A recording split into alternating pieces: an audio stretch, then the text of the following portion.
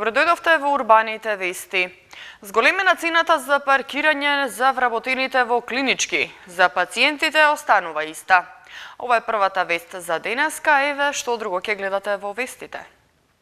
Поскапува паркингот за вработените во клинички центар Мајка Тереза. Основното училиште Кочо Рацин во Петровец избрано за најубаво училиште. За борба против загадувањето, владата бара финансиска и техничка помош од меѓународната заедница. Горивата повторно поевтинуваат. За 13 динари е намалена цената на бензините за 1 месец. Поскапува месечната карта за вработените на клинички центар Мајка Тереза. Наместо 300 сега ќе плаќаат 800 динари. Ваквата одлука, според градоначалникот на град Скопје Петре Шилегов, е донесена со цел регулирање на сообраќајниот хаос во рамките на клиничкиот центар. Наместо 300 денари, вработените на клинички центар Мајка Тереза за паркинг ќе плаќаат 800 денари месечна карта. Советниците на Советот на град Скопје денеска по жестока дебата дадоа зелено светло за новата цена на паркингот кој го користат вработените на клинички. Според градоначалникот на град Скопје Петре Шилегов, ваквата одлука е донесена со цел да се намали присуството на автомобили и регулирање на сообраќајниот хаос во клинички. Градоначалникот Шилегов додаде дека со преголемото присуство на автомобили во клинички се зафаќаат паркинг местата за пациентите. Со оваа одлука ќе се ослободи просторот. За пациентите или корисниците на услугите на јавното предпријатие градски паркинг на клинички центар, цената останува иста. Со одлуката за клинички центар Мајка Тереза изедначуваме цените за сите граѓани. Замислете оние што паркираат на цветниот пазар кај Нова Македонија, да даеме на цели сите министерства во Нова Македонија по 350 денари. Замислете да Министерство за финансии, труд и социјала, мислам дека се таму, правда е оваму напред, се позадина Беко. Да им даеме за 350 денари, наместо 1000 сега плаќаат луѓето. На клинички центар Мајка Тереза, господине Маневски, во времето на ефтиниот популизам, биле издадени 1500 месечни билети за вработените, а паркингот на клинички центар е за 670 возила. За пациентите кои што влегуваат во клинички центар нема место, затоа е гужвата.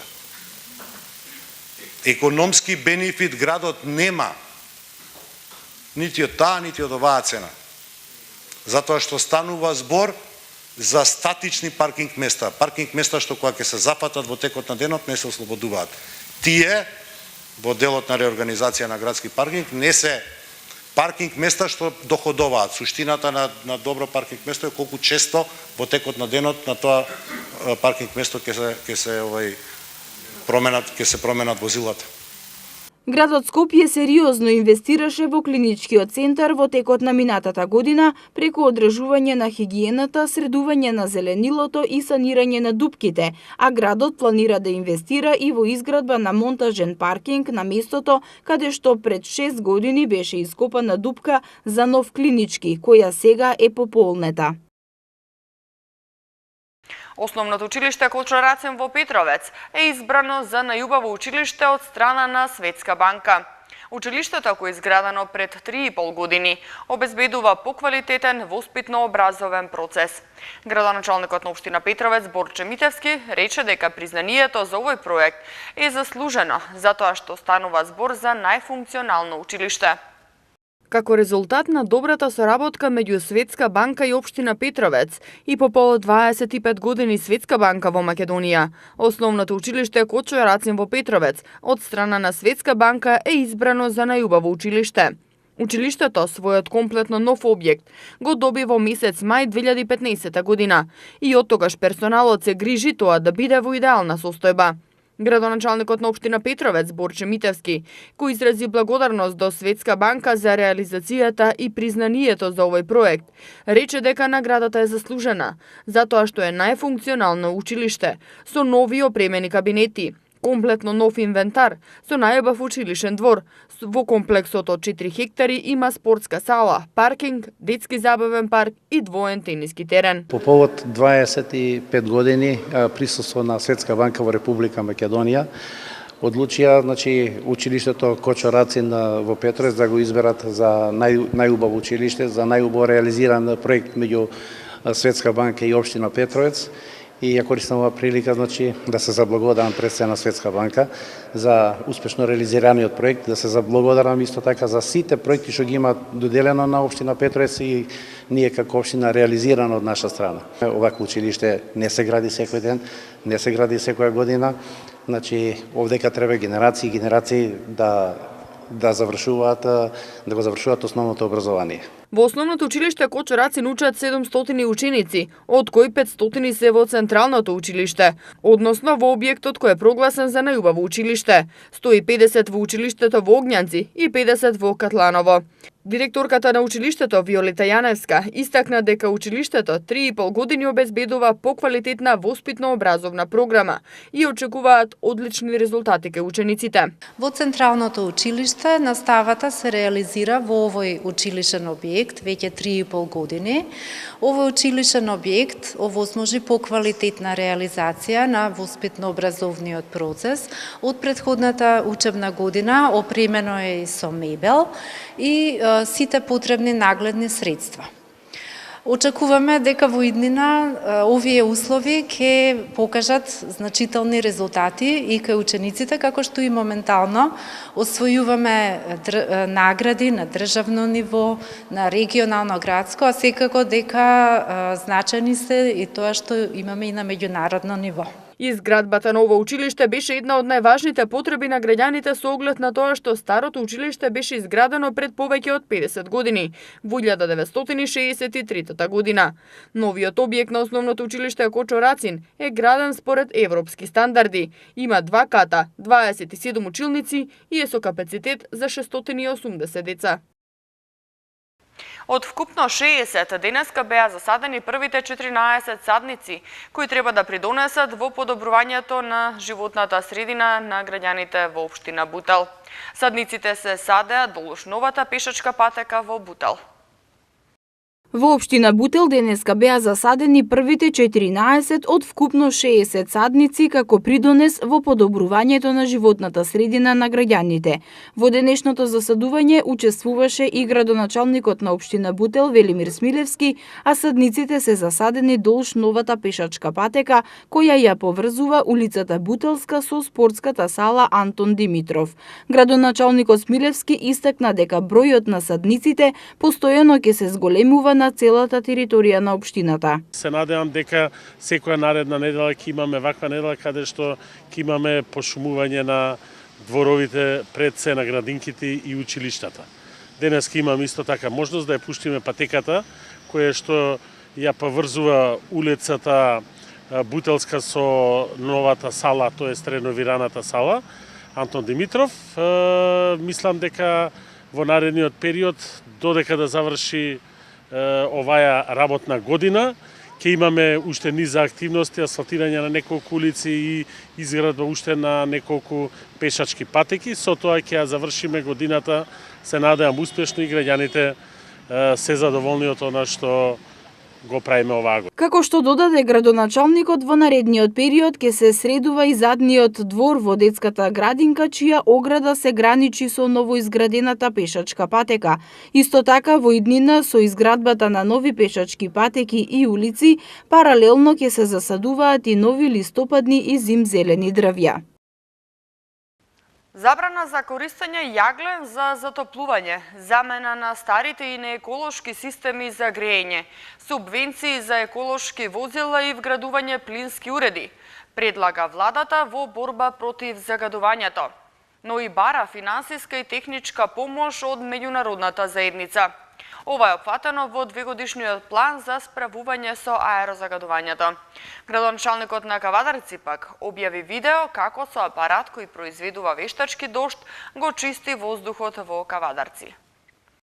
Владата бара финансиска и техничка помош од меѓународните донатори во борбата против аерозагадувањето и спроведувањето на двегодишниот национален план, со кој се очекува намалување на загадувањето за 50%. Националните средства што се обезбедени од буџетот, како што беше посочено на денешната донаторска конференција, организирана во владата, не се доволни за да се спроведе планот за борба против аерозагадувањето, а потребна е и техничка помош и размена на позитивни искуства од европските држави во справувањето со овој глобален проблем. Од владата најавуваат помош во замената на старите нееколошки системи за затоплување со нови еколошки во јавните институции и во домакинствата, субвенции за купување еколошки возила и за вградување на плински уреди, а се надеваат дека ќе биде донесен и закон со кој ќе се забрани користењето на јаглен како средство за затоплување. Според Макрадули, замената на старите и нееколошки системи за затоплување би дала најбрз резултат во однос на загадувањето, бидејќи како што посочи, 4 различни студии покажале дека околу 46% во загадувањето учествуваат домакинствата, кои не се греат само на дрва и јаглен, туку користат и пластика и гуми. Според вице-премиерот за европски прашања Бујар Османи, кој е и национален координатор на странската помош, загадувањето не може да се реши со магично стапче и ад-хок решенија, туку потребни се краткорочни и долгоречни стратегии со низа мерки и активности за целосно надминување на проблемот. Речиси сите извештаи покажуваат дека во изминатиот период Скопје, Тетово и Битола се едни од најзагадените градови во Европа. Градоначалникот на Кавадарци пак загадувањето се обидува да го реши со примена на вештачки дожд. Аеросолизација за намалување на загаденоста во воздухот вчера првпат се примени во Кавадарци. Кавадаричкиот градоначалник Митко Јанчев за апаратот кој произведува вештачки дожд објави видео на својот Facebook профил, а со помош на апаратот за аеросолизација се исчисти воздухот во Кавадарци, што покажува и мирната станица дека концентрациите на PM10 честички се намалиле за само 2 часа. Во Карпош 4 започна да функционира нов режим на сообраќај, кој треба да овозможи намалување на метежот во сообраќајот што се создава околу Ситимол. Ова сообраќајно решение овозможува побрз проток на сообраќајот и зголемување на безбедноста на возилата и на пешаците. На потегот околу Карпош 4 започна да функционира новото сообраќајно решение, со кое ќе се овозможи намалување на сообраќајниот метеж и ќе се воспостави поголема безбедност, со цел по безбедно движење на граѓаните и нивна заштита од сообраќајниот метеж околу Ситимол и во овој дел на Карпош 4. Станува збор за ново поставена хоризонтална и вертикална сигнализација. Според новиот режим на сообраќај, возилата кои се движат од улицата Московска и булевар Партизански одреди во правец на Љубљанска, а сакаат да завртат лево за Волгоградска, сега ќе продолжат право и ќе може да завртат лево на Разловечково стание. Новиот сообраќајен режим овозможува побрз проток на сообраќајот пред трговскиот центар Скопје Ситимол, а значително ќе зголеми безбедноста на движење на возила и пешаци и внатрешно во населбата, долж сервисните улици. Сообраќајното решение е подготвено и одобрено од страна на повеќе надлежни институции и стручни субјекти. Општина Карпош, градот Скопје, Министерството за внатрешни работи, преку СВР Скопје и стручни лица сообраќајни инженери. За побрза и полесна имплементација на новото сообраќајно решение, ќе има присутни лица од СВР Скопје и од општина Карпош, кои ќе ги упатуваат возилата и граѓаните како треба да се движат. Со овозможување полесен и побрз пристап до податоци, Општина Центар го воведе географскиот информацијски систем, кој ги содржи сите важечки детални урбанистички планови и овозможува графички преглед и пребарување на просторните податоци. Услугата е достапна и корисна за сите заинтересирани кои сакаат да се информираат за урбанистичкото планирање на општината. Општина Центар го воведе географскиот информацијски систем и од воведувањето услугата е достапна и корисна за сите заинтересирани кои сакаат да се информираат за урбанистичкото планирање на Општина Центар. ГИС порталот на Општина Центар ги содржи сите важечки детални урбанистички планови и овозможува графички преглед и пребарување на просторните податоци. Покрај деталните урбанистички планови, градежните и катастарските парцели, постои можност за пребарување по слоеви на градежни и катастарски парцели. Во зависност од потребата, слоевите може да се вклучуваат или исклучуваат. Со ГИС порталот се овозможува детален преглед на деталните урбанистички планови, намената на градежните парцели, површината за градење, катноста, процентот на изграденост, изработувачот на планот, година на донесување, но и можност за нивно преземање. Со примена на ГИС порталот се олеснува пристапот до податоци на граѓаните, а воедно се заштедува и времето потребно да се дојде до потребна информација со која располага оваа технологија. За поголема транспарентност пред граѓаните, општината работи на надградување на ГИС порталот со податоци за урбана обрема, улично осветлување, канти, клупи, шахти и слично, со што ќе се овозможат поголеми и подобри услуги, подобрена и побрза комуникација со граѓаните, но и поголема ефикасност во работењето на службите на општината, велат од Општина Центар. Напролет треба да почнат градежните работи во рамки на комплексот Истгейт, кој ќе се гради на местото на поранешниот Скопски саем. Во првата фаза ќе се гради голем трговски центар и 4 стамбени згради, кои се во план да се завршат до крајот на 2020 година. Напролет треба да почнат градежните работи во рамки на комплексот Истгейт, кој ќе се гради на местото на поранешниот Скопски саем. Во првата фаза ќе се гради голем трговски центар и 4 станбени згради, кои се во план да се завршат до крајот на 2020 година. Инвестиција од 350 милиони евра на вкупна површина од 500.000 метри квадратни, преку 250 продавници со светски брендови и над 2000 работни места, ќе донесе проектот Истгейт, што групацијата Балфин го представи како своја визија за нов и модерен символ на Скопје. Покрај сопствените средства на инвеститорот, финансиери ќе бидат неколку домашни банки, а се преговара и со една странска банка.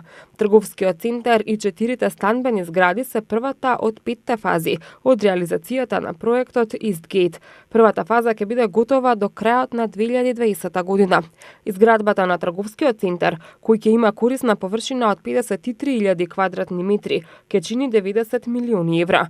Градбата на комплексот ќе се одвива во период од 5 до 7 години, а вкупната инвестиција изнесува 350 милиони евра. Овој комплекс ќе се гради на местото на Скопски саем, кој поради проблемите во кој западна го остави без саем главниот град на земјава. Комплексот е една од позначајните инвестиции, која во неколку наврати ја најавува премиерот Зоран Заев. Истгейт ќе содржи трговски центар со нето површина за изнајмување од 51.000 метри квадратни, резиденцијален комплекс со 1600 станбени единици и 5 канцелариски згради со вкупна површина за изнајмување од 67.000 квадратни метри. Шопинг центарот ќе биде најголем во регионот на Македонија, Косово и Јужна Србија и освен голем број светски брендови, ќе има многу содржини за забава, фитнес и паркинг за повеќе од 2000 автомобили. Станбениот комплекс ќе има паркови и рекреативни содржини, 2 амфитеатри, како изделена површина од 25.000 квадратни метри. Цената на горивата од ноќаска на полноќ повторно се намалува. Бензините се намалуваат за денари и половина, а дизелот за 2,5 денари по литар. За нешто повеќе од 1 месец, цената на бензините е намалена за 13 денари, а на дизелот за 10,5 денари по литар. Малопродажните цени на бензините од ноќаска на полноќ се намалуваат за 1,5, а на дизел горивата за 2,5 денари по литар, одлучи денеска Регулаторната комисија за енергетика. Новата цена на Евросупер 95 е 65,5 денари за литар, а на Евросупер 98 изнесува 63 денари за 5 денари за литар. Литар евродизел пак ќе се продава за 58,5, а екстра лесното масло за домакинство ќе се продава за 47 денари. Поевтинува мазутот за 1,7 денари и 1 килограм ќе чини 30,03 денари. Цените на горивата за месец дена се намалени за повеќе од 10 денари, односно бензините се намалени за 13 денари, а дизелот за 10,5 денари. На 30 октомври цената на Евросупер 95 изнесуваше 74,5 денари за литар, на Евросупер 98 76,5 денари, а дизелот се продаваше за 69 денари за литар. Утре и задутре ќе биде студено и суво, а нови врнежи претежно од снег ќе има в четврток, кога ќе се задржи облачно и ќе започне да дува југоисточен ветар. Утринските температури ќе се спушта до -10 в среда. Утре минималната ќе биде од -6 до 2 степени, а дневната температура од 0 до 7 степени. Во Скопје утре температурата ќе достигне 6 степени, среда 5, четврток 2 и петок 5 степени. И уште една информација за крај. Канцеларијата на Управата за јавни приходи во општина Аеродром, почнувајќи од денеска до крајот на годинава, ќе работи до 18 часот, информираат од општина Аеродром. Со новото работно време, граѓаните ќе имаат можност во продолжениот рок да ја исполнат својата законска обврска кон УЈП и да се пријавуваат во системот е-персонален данок во попладневните часови. Тука е крајот на денешното издание на Урбаните вести. Јас ви благодарам на вниманието, а повеќе информации има на нашата веб страна mtm.mk и следете на социјалните мрежи Facebook, Twitter и на YouTube. Пријатно!